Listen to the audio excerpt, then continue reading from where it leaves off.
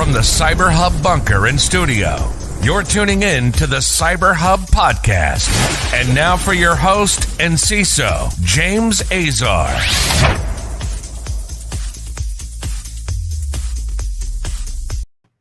Good morning, everyone. What it is Thursday, April 22nd, 2021. We have an awesome show for you today. We are live on Facebook, LinkedIn, my personal page this time, and YouTube. So make sure to subscribe to our podcast. You can comment live. We'll bring your comments on the Practitioner Brief. This show is all about risk, impact, and mitigation of real cybersecurity threats to your organization and what we can do. So I hope to be able to get that all set for you guys today. So very excited about what we have going on today's show. We have a lot of things to talk about, from the Rockwell industrial switches that are impacted by a Cisco software vulnerability to a marketplace of RDP logins for Windows. Yes, you've heard that right.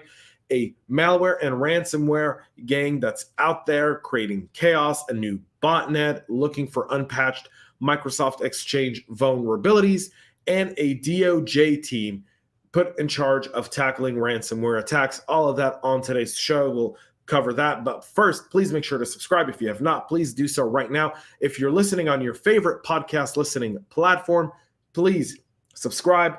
Give us a 5-star notification.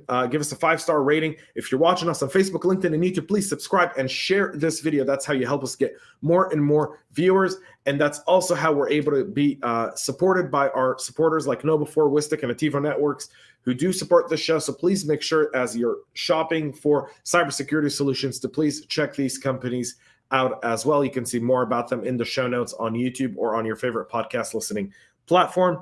Now, our ceremonial sip of coffee this morning, my double espresso. Again, I want to point out the foam. I did it yesterday and I got some really good feedback on it. So if you ever order an espresso and it doesn't have foam on it, you're just getting black coffee and they're just lying to you. They really are. This is my double espresso. It's Pete's Coffee. Got it at Costco. It's really good.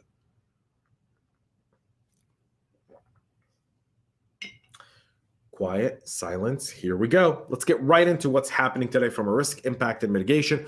We'll start off with industrial automation giant Rockwell Automation that has started releasing firmware updates for some of its Stratix switches to address another round of vulnerabilities introduced by the use of the Cisco's iOS XE software. These regularly released firmware update is to address significant vulnerabilities by the Cisco software. In fact, the majority of the security advisories released by the company for its Stratix products address flaws that exist within the Cisco software. And again, this goes to software supply chain risks. Many of you are not in industrial control. We're not going to waste too much time talking about that.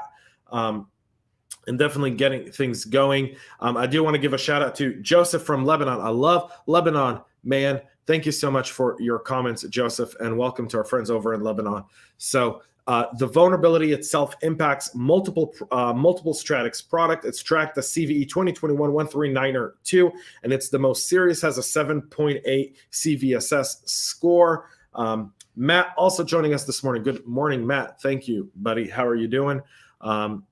So several different vulnerabilities here, all based on the Cisco software within Rockwell Automation, which shows you just the cost of the reliability of different various pieces of software within an organization. All of that really does play a significant impact. You want to get those things patched up and ready to go, folks. There's an advisory by CISO on this. There's firmware updates that need to get done. And more patches on the way. So you want to keep an eye out for this, especially if you're industrial control systems or manufacturing. This could have significant risk to your organization as well.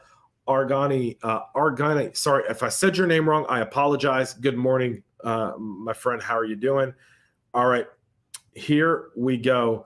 Let's keep going with this, folks. So logins for 1.3 million Windows RDP servers is now on sale.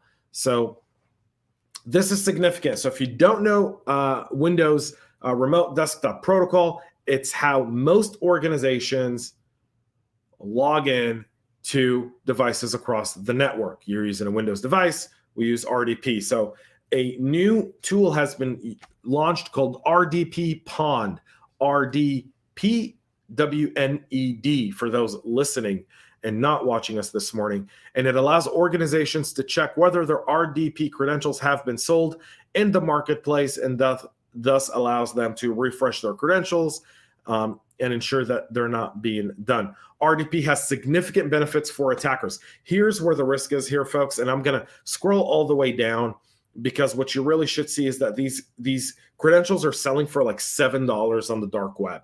So that's significant, because that shows you just how cheap it is and what a significant attack vector that is. So if I'm able to get your RDP credentials, get into your system, I can download malware, I can put in credential harvesting tools, I can move laterally across your network almost undetected.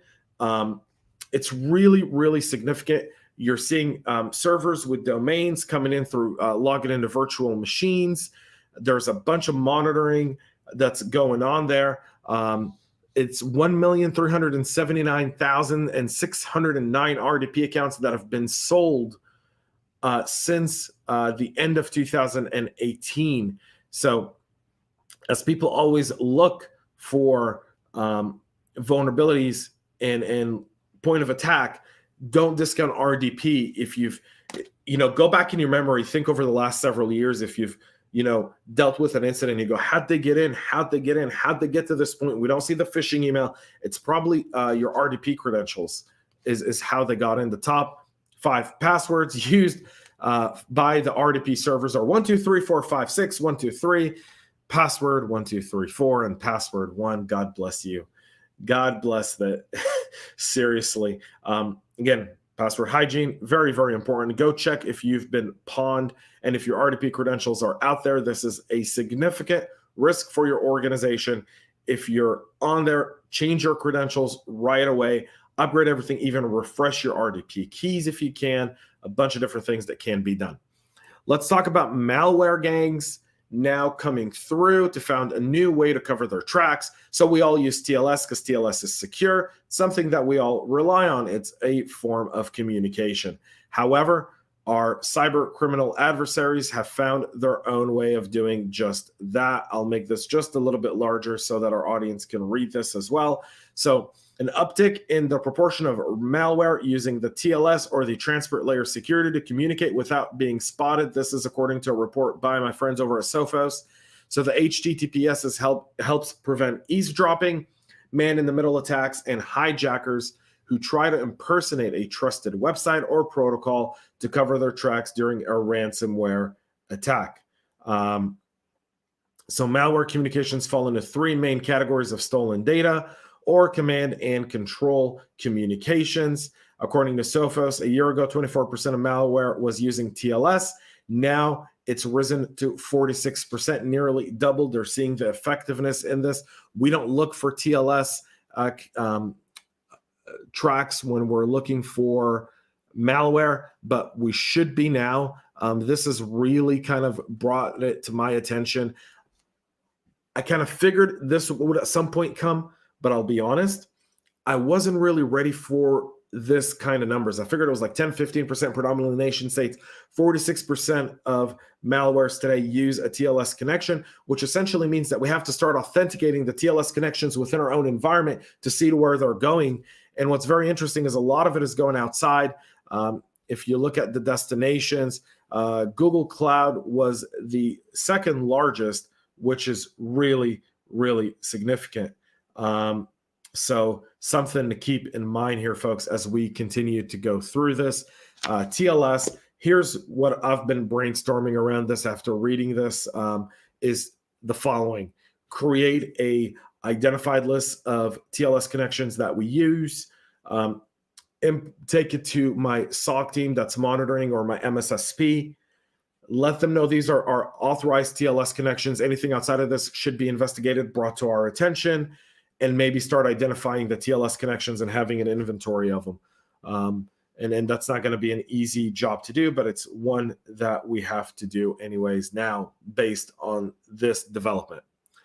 The U.S. Department of Justice is aiming to disrupt ransomware operations. So one thing I got to give credit to President Biden's administration is they're identifying cybersecurity as a key risk to the U.S., and they're starting to take all the steps that a government should be taking, meaning the full power of the government, to start to create deterrence. And this one right here is significant. Based on a report by CNN, don't let that hinder the news here. Command and control server used to manage ransomware campaigns, as well as legal seizures of ill-gotten gains generated, will be part of the DOJ pursue and disrupt ransomware operation. They're looking to reach one, money and how they get it. Number two, looking at their infrastructure, although a lot of this infrastructure is not in the US. So it's going to be very interesting how the Department of Justice and the State Department cooperate on this to go after command and control servers across the world. The places like, China, Russia, where I feel like they're going to have less and less, and where you're going to see more cyber criminals migrate to those safe havens, aka, the kind of like the Afghanistan of the 2000s that allowed safe harbor to terrorists. You could see nations now become state sponsors of cybercrime. You could see Iran be that. You can see China, Russia. Might be able to see North Korea become state havens for ransomware criminals. We'll see how this goes for the Department of Justice, but it's definitely a step in the right place, at least from a cybercrime perspective in terms of deterrence. But we'll see if they're able to really disrupt ransomware altogether. And our final story of the day is this botnet that's being used by cyber criminals. It's called the Promata botnet, and its key goal is to cryptojack. It's looking for unpatched Microsoft Exchange servers. So cyber criminals are trying to use the vulnerabilities within Microsoft Exchange to add to their botnet for mining crypto, but the level of access they're gaining means they could use this for much more dangerous cyber attacks in the futures. This comes after a report from Cyber Reason, where the Promata botnet is a widespread global campaign that's targeting organizations in a multi-stage attack. The cyber criminals behind the botnet are exploiting vulnerabilities in the Microsoft Exchange server. So they're targeting and scanning for servers that have not been patched yet, and then they're plugging into those and getting a foothold into the network. From there, they launch a multi-stage attack. The botnet has claimed victims in multiple industries and regions like North America, South America, Europe, and East Asia. The main objective of the attackers is to install crypto-jacking malware to mine for Monroe, allowing the criminals to secretly use the processing power of infected devices to line their pockets with cryptocurrency. The vulnerabilities in Microsoft Exchange servers is going to be significant. It allows them to infect as many endpoints as possible and then start their attack across laterally within the organization. They're also scanning for Eternal Blue and Blue Keep, very old vulnerabilities, but still many that have remained unpatched from there as well. So again, I always talk about patching. Patching is really, really important. This is the result of having 10,000 systems that aren't patched, going through a software supply chain or a SaaS supply chain to get to the next target, next target, next target. You may think, I don't need to patch, no one's coming after me. But if you're working with other organizations and there's some sort of technological connection between you, which typically there is in today's world, that's how they're going to come at it. Make sure to check downstream within your organization. Go sit with your procurement team, go sit with your vendor risk assessment team, with your BSOs, and start evaluating if anyone is on this list and if you can help them get those patches deployed. Folks, that's it for our practitioner brief for this week. Tomorrow, a great episode of Tech Corner with Anna Collard of KnowBe4. We're going to talk a lot more about the cybersecurity landscape in Africa and a little bit about how WhatsApp has evolved post our last discussion last year, where a lot of business was being done in WhatsApp. She did a very interesting survey in Africa. We'll talk about that, as WhatsApp is used for a lot of different communications. So you don't want to miss it. That'll air tomorrow right here on the CyberHub podcast channel, and you'll see it posted everywhere. Make sure to go tune in. Anna Collard is absolutely amazing. You don't want to miss it. I'll be back on Monday. I'll be on the road, but I'll be back on Monday. You guys don't want to miss it for another practitioner brief. Until then, guys, Thank you so much for tuning into today's podcast. Make sure to patch your systems. Make sure to work with your team. Cyber is a business enabler. We're not the Department of No. We're the Department of let's get it done securely. Remember that attitude is how we break down barriers and how we take down gatekeepers and how we win in security, because security is everyone's responsibility. Rob, thank you for the comment, buddy, and congratulations on your accomplishments this week. Rob absolutely is crushing it. And if you guys haven't seen it, Rob, a veteran, was part of my Veteran November series. A great guy overall. Go check out his episode as well on YouTube. Until then, folks, I'll be back on Monday. Have a great weekend and definitely stay cyber safe. We love feedback, so make sure to connect with us on social media and subscribe to our podcast on your favorite podcast listening platform.